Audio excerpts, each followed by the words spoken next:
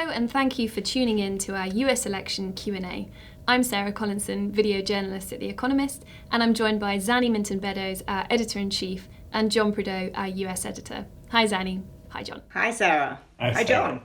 In a prolonged, deeply divisive and nail-biting contest, Joe Biden has won the presidency. In his first address to the nation, he promised to seek not to divide, but to unify. Our viewers have submitted hundreds of questions. The first comes from Sakif Al-Isan Khan, who asks, how challenging will it be for Biden to reunite America? Zanny, what do you think? Well, it will be challenging for Joe Biden to reunite America because this election has shown that America is still an incredibly divided country. And those people who were expecting a complete repudiation of Trump and Trumpism didn't quite get that, in the sense that, President Trump won the second largest number of votes in American history that anyone had voted. And so he did quite well. But nonetheless, in the end, the result has been clearly decisive. Joe Biden has very clearly won. And Joe Biden, I think, is the right kind of person to bring the country together. He's a decent man. He is a man who's naturally bipartisan, 47 years in the Senate. He works with the other side. He wants to do that. And already in the first, days, hours of him being president-elect, you have seen that. You have heard from him that he wants to unite the country. So I think if anyone can do it, he can do it now. And Donald Trump is already contesting the results. Many of the questions from our viewers relate to what might happen in the courts. Is Joe Biden's path to the White House assured? John, what do you think? There are a couple of reasons why I don't think they're going anywhere. Number one, the margin of Joe Biden's victories in the key states seems to be large enough that it'll be immune from recounts and marginal changes that court cases might bring. And number two, because most of the president's legal arguments just don't really seem to go anywhere. They seem to be dead ends. There's lots of talk about how the Supreme Court might influence the result of this election. I don't see many of these cases getting to the Supreme Court. I see most of them just being tossed out on arrival. Kayla P. wanted to know about the next steps for these legal challenges. Are any of them gaining any real traction? Zanny's shaking her head, and rightly so. There's this one about late arriving ballots in Pennsylvania. That might go somewhere, but if it is if that challenge is successful, it'll affect a really small number of ballots, and Joe Biden's won by a long way in Pennsylvania, so it's for the birds, really. I think that's right, John. And I think one of the striking things in the last 48 hours is how quickly it has become clear, actually to many Republicans, to the presenters on Fox News, that the claims being made by the president there's just no evidence for them. There will be people saying, there was foul play, and they will be said, but it will be a fringe thing activity. And I was really worried, I don't know about you, John, but before the election, and we had a cover on it in early September about how this could get really ugly, and it was called America's Ugly Election, our cover. And I'm now relatively sanguine. I think it's very clear that, Joe Biden's path to White House is there. And, the overwhelming majority of the country, Republicans included, are accepting this result. I am relatively sanguine too, Zanny. One thing we said in that cover leader was that the margin of victory mattered a lot.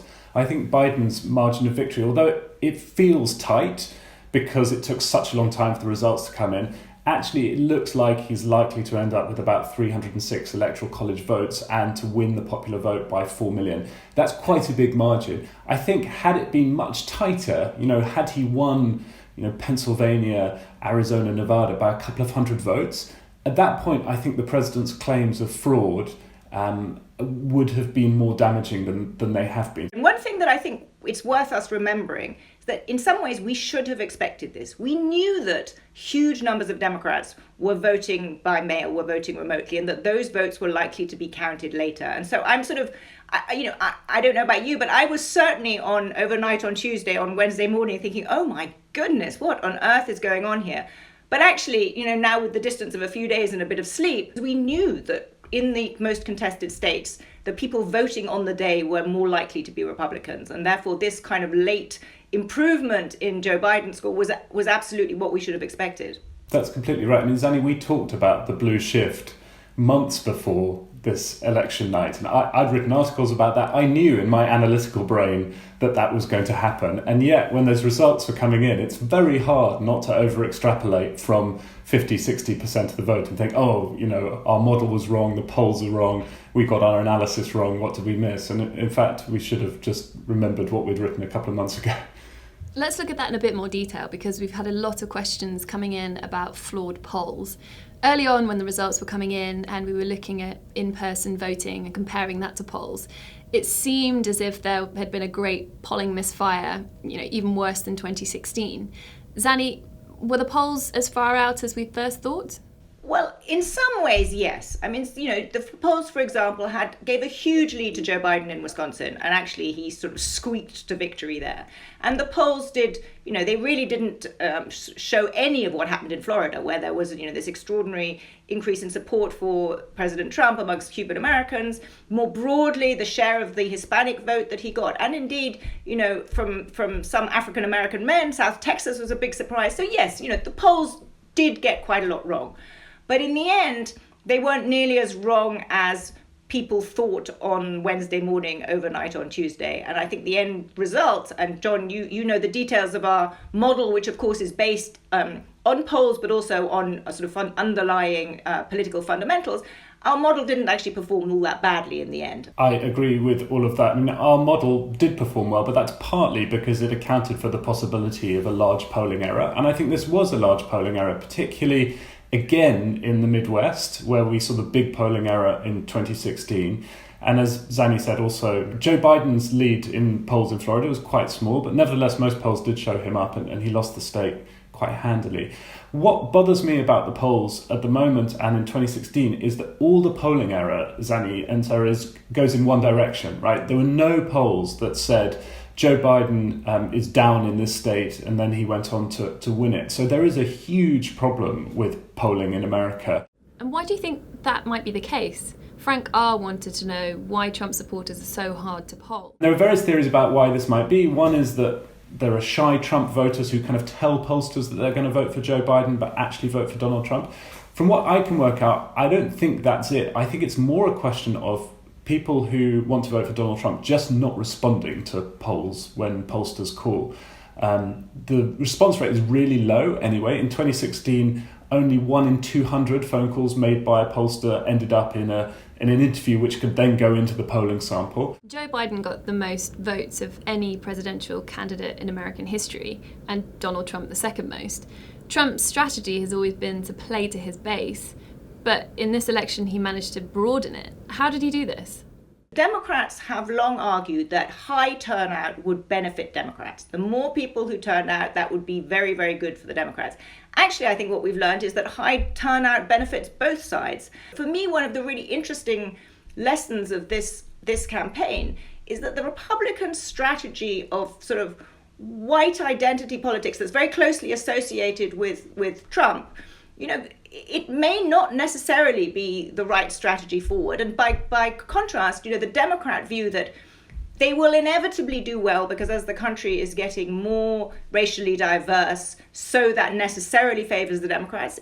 It's not clear to me that has to be the case, and that there is therefore an opening there for a new kind of republicanism that isn't Trumpism, but that appeals to a broader, more diverse country. I really hope that's true. On the turnout point, I think it brings us back to where we began. I mean, on the one hand, as a small d Democrat, it's great to see turnout as high as it is. On the other hand, I do think that high turnout is a function of extreme partisanship and the way in which this election felt like a sort of existential threat to the future of the country on both sides. And that's why you had so many Trump voters out. That's why you had so many Biden voters out. So what would be great for America is if you could keep this high turnout without that sense of doom every 4 years.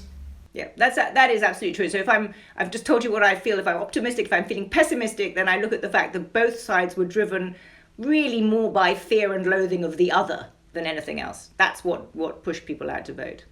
The Senate looks very likely to remain in Republican control. Rudy Garcia asks, do you think Congress will pass any of Biden's proposed legislation? And what would the impact of that be? So, assuming it does stay narrowly in Republican hands, there is a view out there that nothing will happen because, Mitch McConnell will, block anything that Joe Biden tries to do, and there'll be the sort of scorched earth tactics that were used against President Obama.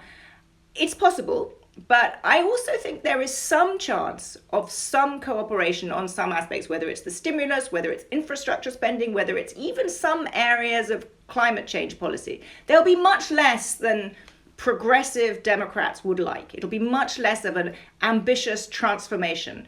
But I think there is a chance for some progress, even with divided government. I don't know about you, John. Are you maybe you're a bit more pessimistic about that than I am? I'm a bit more pessimistic on that than you are, Zanny, just because I remember the time you and I were both based in Washington during the Obama presidency when Republicans had a majority in the Senate and it was just a recipe for gridlock.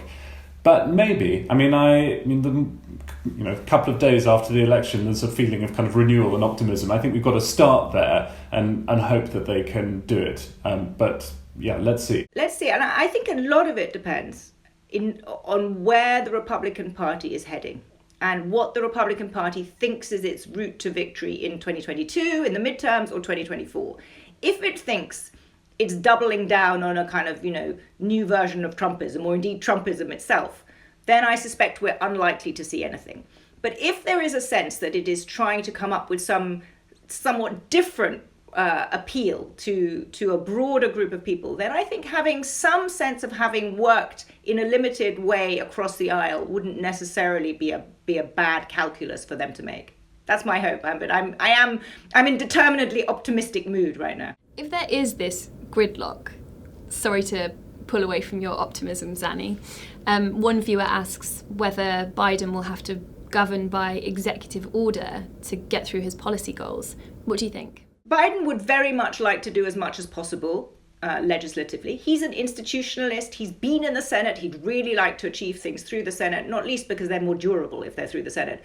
But I think that he won't hold back from doing things by executive order if that's the only way to get things done. And certainly there'll be quite a lot of undoing of President Trump's executive orders, and that can be done quickly. And then I'm sure there will be a lot of very important undoing, whether it's in the regulatory area, whether it's on immigration, whether there are sort of some totemic Trump actions which President Biden would undo very, very fast, I think. But beyond that, I think in sort of really substantive areas, whether it's the stimulus, whether it's infrastructure, whether it's even healthcare, although I am not sure how much can be achieved there, he would really love to be able to do something legislatively, because that's the way you actually get durable change, if it's done legislatively. We're about to move on to the international view of all of this, but just before we do, Trump has another 73 days as president. Doug G asks, what will he use this time to do?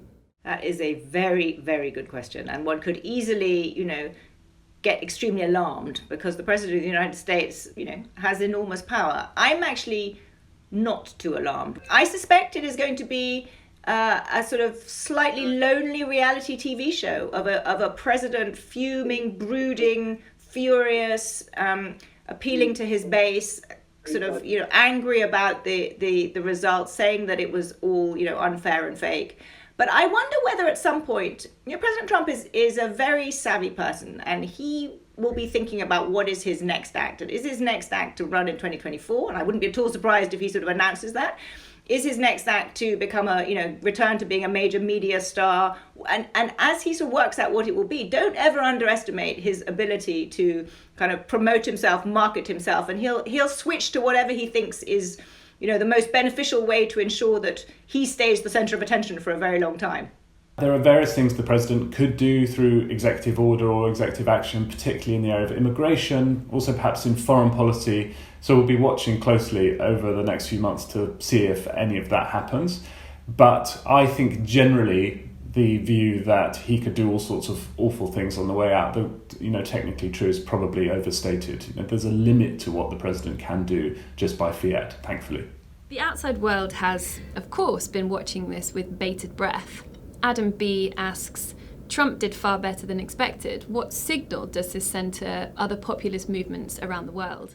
Well, I think that's a very interesting question, because he did do better than expected, but he didn't win. And in the end, if you want to be a successful populist, you've got to win. And so I'm not so sure that this has given huge succor. I think it has broadly reinforced the notion that anti-immigration sort of populist, strongman-ishy kind of tactics have a large amount of appeal. But in the US, at least, they didn't have quite enough appeal to keep him in the White House.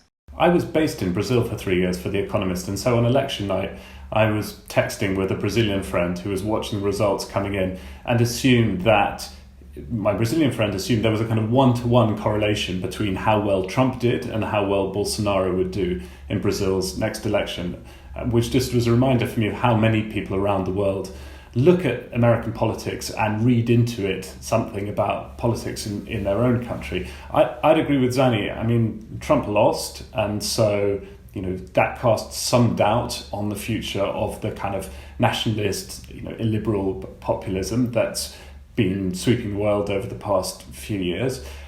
But it was a defeat, but not a repudiation, I think. So I think there's enough in there for those sorts of figures like Bolsonaro, Duterte, Marine Le Pen to some extent, to look and say, well, actually, there's a lot of people who want this stuff, and Donald Trump's defeat, I think, doesn't change that. And how might a Biden presidency change the relationship between America and China? That question's from Elmer Deng. I think that's a really, really important question, possibly the single biggest foreign policy question. My answer would be that I think the rhetoric will change. There'll be more talk of human rights. There'll be more of a sort of calm approach from the US rather than sort of overnight sanctions that no one was expecting. But broadly, and this is really important, broadly, the position of the US will not change. I don't expect any sudden ending of the tariff war and diminution of tariffs. I don't expect any kind of softer approach to China, for the simple reason that there is now a bipartisan consensus in the US that China is a strategic competitor that doesn't play by the rules, that is increasingly aggressive, that needs to be checked. And I think that's felt on both sides of the aisle. One area that I think President Trump history will say that he deserved credit is that he kind of shook the world to realizing that it hadn't been realized so much before. And he really kind of got that on the agenda, and he shook the perception of China. Now what's needed is a calmer, more strategic way of thinking about how do you actually then work with this second biggest economy, this rising power of the 21st century, which has a completely different non-democratic system. It's an authoritarian country that's increasingly assertive. How do you deal with it? And I think the hopeful view is that the sort of foreign policy establishment types who will be part of the Biden administration will kind of take the world as it is now, shaken up by Donald Trump, and apply some more strategy to it, and ideally work with other allies, work with the Europeans, work with other allies in Asia to have a kind of united front with which to sort of deal with China. I was talking to David Rennie, who's the Economist Beijing bureau chief, about this the other day, and he was somebody who was in Washington with Danny and with me when we were based there. And he said something interesting, which was that the experience of Trump in Beijing and for the Chinese Communist Party basically convinced all the officials there that whatever American rhetoric might be under Biden, basically America is in the business now of stopping China's rise, trying to prevent it by any means, kind of fair or foul. And I think that's interesting because 4 years of Donald Trump and then Donald Trump getting the second highest vote total in American history, I think is a reminder to countries abroad that he may have lost, but this strain in America is not going away, and so any future deals that might be made by a Biden administration are pretty contingent, really, because the more isolationist streak in American foreign policy is never that far away from winning, and I think that will affect American foreign policy going forward as well. It's really interesting and leads very nicely onto the last question we'll take from our viewers. Paramount A wants to know, will the Republican Party continue with Trump's ideology and methods into the future? So essentially, what happens to Trumpism after Trump? It's a question our Lexington column grapples with, which you can read by clicking on the link above. Zanny, what do you think?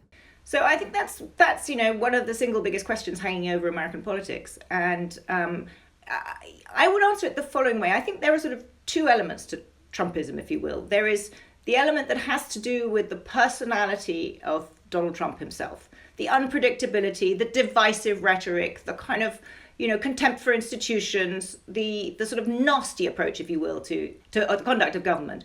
And then there is the policy element, which is kind of anti-immigration, protectionist, very much sort of, America first-ish. And I suspect that the Republican Party is actually going to stick with a lot of those strategic elements. I think the Republican Party, the party of Reagan. Reaganism was all about deregulation and tax cuts and the shining city on the hill and, a very sort of strong and expansive foreign policy. The current Republican Party is focused, it's a party of the kind of white working class, if you will. It's a party of America Firstism. It's a protectionist party. It's a party that's deeply skeptical of immigration. And I think that's going to stay. I don't know about you, John, but I think that we may have someone, whether it's, Senator Tom Cotton, whether it's, Senator Marco Rubio, there are many people who have broadly the same views as Donald Trump, but are a sort of,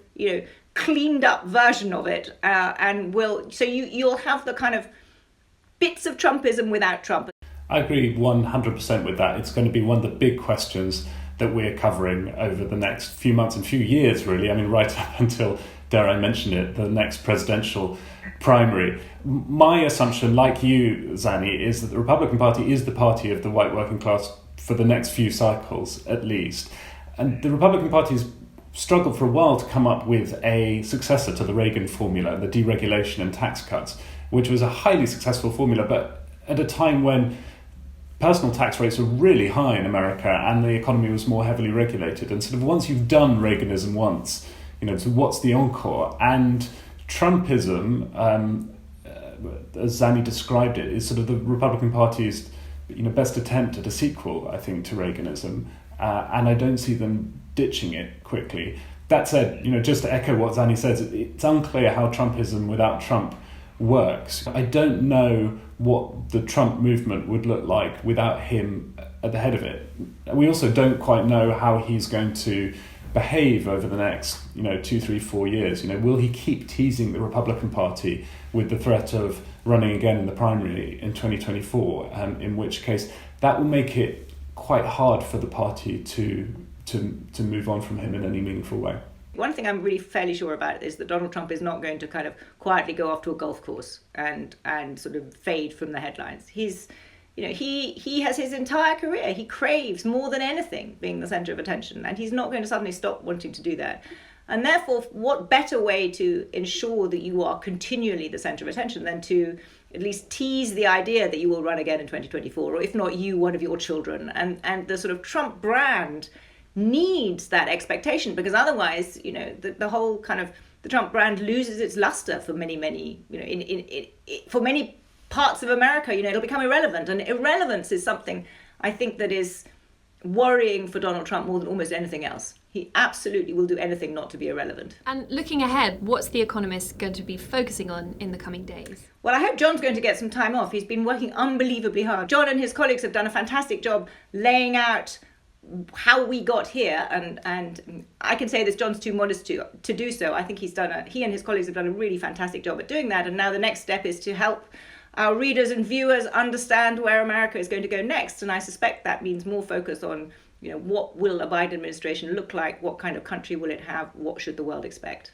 Fantastic. Well, that seems like a good place to end. Thank you, Zanny. Thank you, John. Thank you. Thanks. Thank you.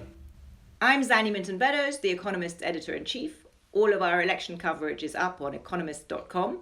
Read it by clicking the link, and don't forget to subscribe. Thanks for watching.